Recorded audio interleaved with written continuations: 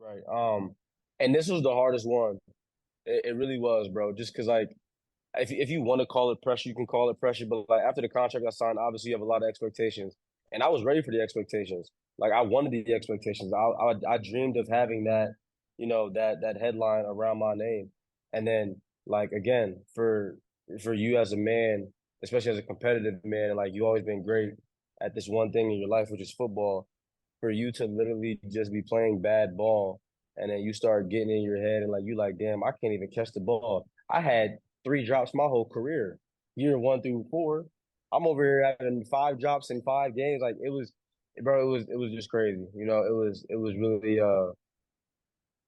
hate that it happened, love that it happened, like that type of thing. Like because of the growth of like what I've learned about myself. But still because like that was my one opportunity that like I could finally have all eyes on me in a sense.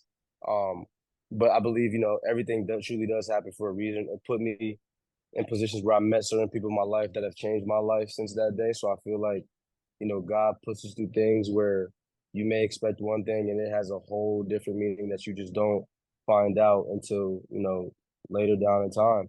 And that's kind of how it is for me.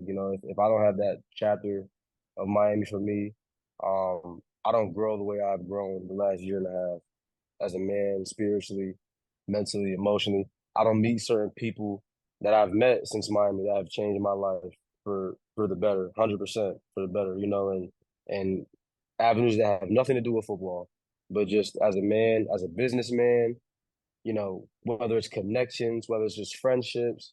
Um, so I am, I'm finally at that point in my life where like I no longer look at that chapter with like I guess you could say embarrassment. I'm trying to think of another word, but just like negative emotion. You know what I mean? And I now like at the point in my life where like I look at that chapter like no, like that chapter of my life is gonna be the area like time in my life where one I always remember it for multiple reasons, but two just because of growth and just like what it's done to me as a man. Like how much I've grown since that. Man, that's real. It was just playing poorly then. It wasn't one thing you could point to as a Right. reason for Yeah.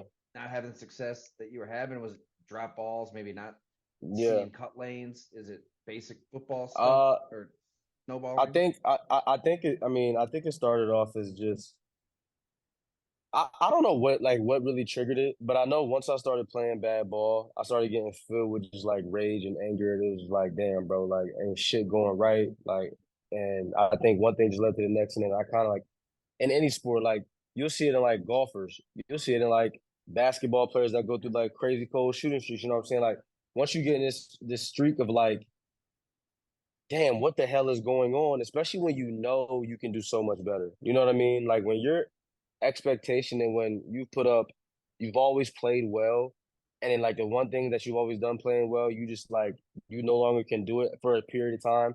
Now it's so much in your head. You're like, bro, why can't I catch the ball?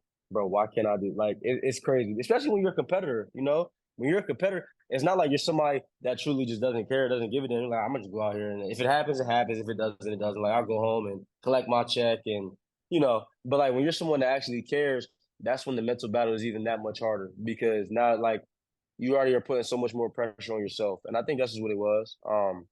And for whatever reason, it went down like that, and that's how you live and grow and you learn about shit, and that's what I've done. Man, what's that state like rage when you're just angry? And 'cause you're right, it's not like you're trying to drop the Yeah, ball. You're it's trying to pretty. play. Yeah, it's ass, bro. I'm big on vibrations now, actually. Like that's so funny. Like you asked for Sean White, I always have this joke to him, like, keep them vibrations up. Just keep your vibrations up. Everything is gonna be all right. You got some high vibrations, you know what I'm saying? Things will work itself out, things will get better before you know it. Just have a positive outlook on every single situation. Um, That's who you so want to yeah, be like being around. Yeah, he's you want to the be around good you want to be around good energy, bro. I tell people all the time now, like I'm just about good energy and just ain't no nothing about nothing. Just good energy, just all love, just keeping it cool, keeping it happy, figuring a way like to. Obviously, it's an intense game that we play, but always finding positives in that intense game and finding positives in just the experiences that we have.